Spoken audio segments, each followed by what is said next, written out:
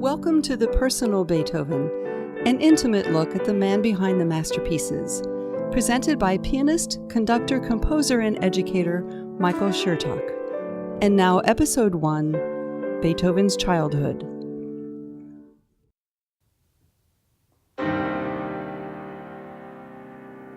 Beethoven was born, certainly, in Bonn, Germany. But no one knows absolutely for certain which day it was. Beethoven himself was often confused about which year he was born due to the efforts of his father to establish him as a prodigy in the likes of Mozart, often frequently exaggerating his youth by up to 2 years.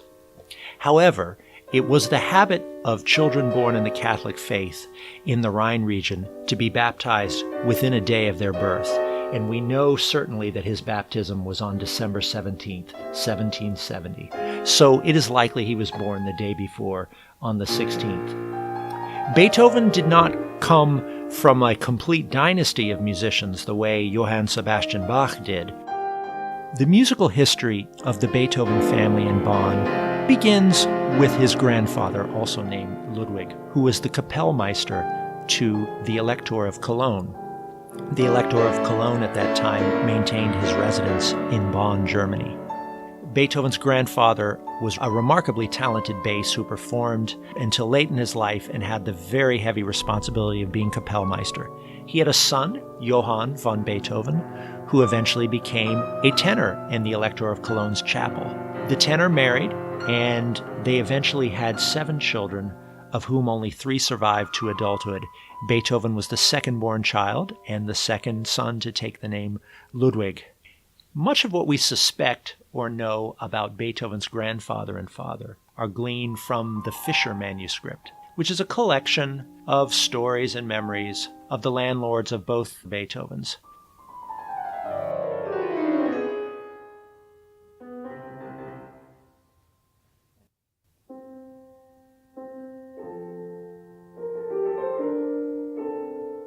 Many of the events in young Beethoven's childhood certainly shaped his personality and the manner in which his talent emerged. Ludwig was the second of 7 children, and only 3 of them actually survived to adulthood. Ludwig, of course, who was actually the second child by that name, he inherited his older brother's name when he was born. The older brother did not live past infancy. His brothers Karl and Johann also survived into adulthood. This was apparently typical of the time in Germany, but certainly no less tragic and difficult for the parents than for parents at any other time. Ludwig's father, being a tenor in the court of the Elector of Cologne and his grandfather being Kapellmeister, naturally when Ludwig started to show talent at a young age for the clavier or the keyboard, and for the violin, it was decided early on he would also become a musician in the court.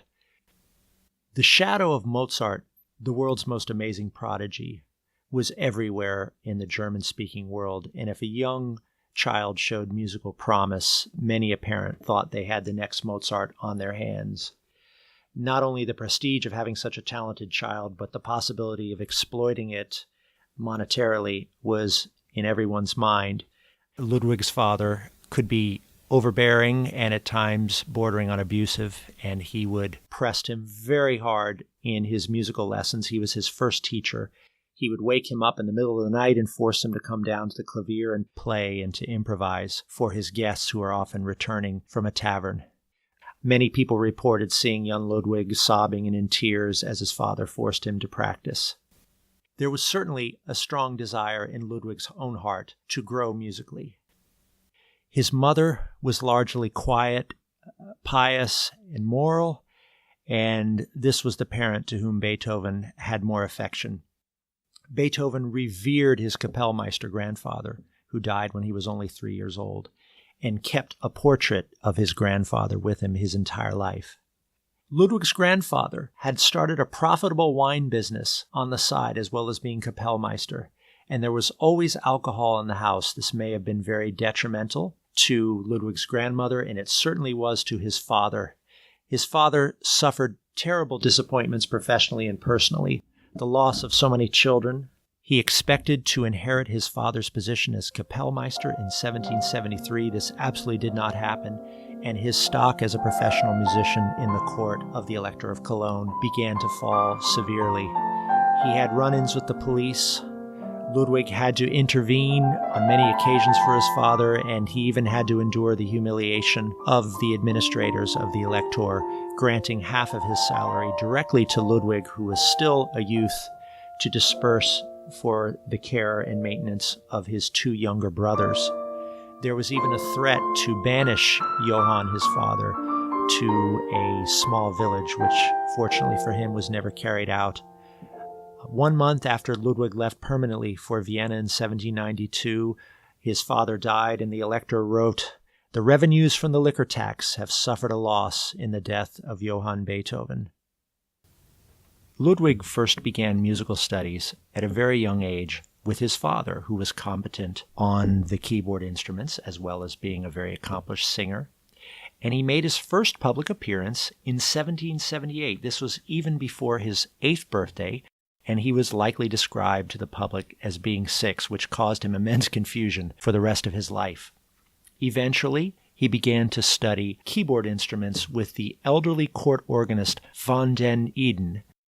He also studied violin with a cousin of his mother's and continued making excellent progress. But fortunately for his development, a truly extraordinary musician and thinking scholar, Christian Gottlob Neef, arrived in 1779, and he insisted on a much more comprehensive and serious course of study for Beethoven when he took charge of his education. He introduced him to the preludes and fugues of Johann Sebastian Bach, the sonatas of Bach's son C.P.E. Bach, Carl Philipp Emanuel Bach, but he also introduced him to serious literature and contemporary German philosophy.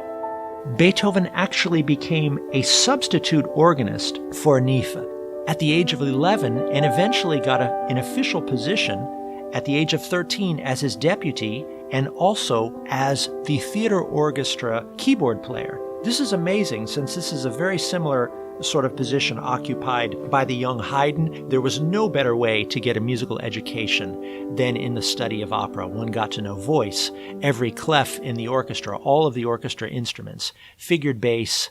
Of course, Beethoven also probably heard a lot of things that grown-ups say when they don't think children are around, but somehow he survived this.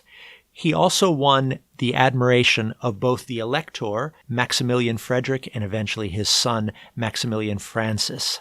Beethoven eventually wrote to his teacher Neefe from Vienna, "If I ever amount to anything, I owe it entirely to you." Was Beethoven truly a youthful prodigy and genius on the level of a Mozart? He was certainly extraordinarily talented, and there are many stories of him astonishing the elder musicians in the court. However, in school, he may very much have struggled with math and spelling and have possibly been mildly dyslexic. He said himself that music came more readily to him than words. He was not a virtuoso, the type of which that would have necessarily stunned kingly and queenly courts around Europe at a very young age. He was stocky, he had dark skin, he was referred to often as the Spaniard, and he was the kind of talent people encouraged, but they didn't necessarily want to send him out into the wider world until he was a young adult. Beethoven made his first trip to the big city of the empire, Vienna, Austria, in 1787, with the hope of meeting Mozart. There's a lot of evidence from writers at the time that he did meet Mozart and played for him, perhaps even more than once. However, the habit of embellishing fun stories was no less then than now, probably even greater. And it's strange that he didn't think to write home about the experience himself. However, his habit was frequently to write about issues of money and to focus on the relationship of the person he wrote to. So it's not impossible that he did actually meet Mozart.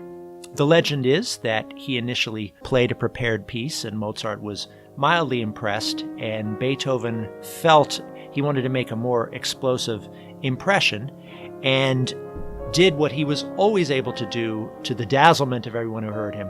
He asked for a theme from Mozart and improvised, and apparently Mozart walked into the next room and said, "Keep an eye on that fellow, he will make a great noise in the world someday." What we know for certain is that news of his mother's illness and her death hurried him back to Bonn. And as his father began to deteriorate, young Beethoven was the responsible head of the family until his younger surviving brothers reached their majority. Despite young Beethoven's sometimes crude manners, he managed to win the friendship of virtually all the nobility in Bonn, and several of them really became lifelong supporters. And when he eventually did arrive in Vienna permanently 5 years later, he had letters of introduction from no less than Count Waldstein, which really got him admission to every royal household in Vienna.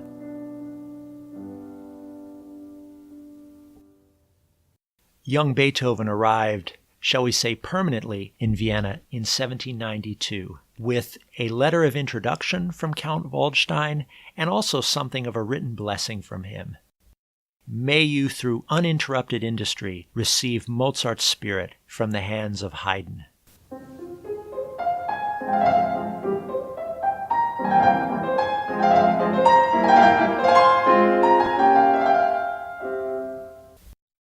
At the time of Beethoven's permanent arrival in Vienna, there were 300 pianists jogging around the town, surviving by teaching lessons and engaging in duels, piano duels, if you will, in the houses of the nobility and the bourgeois.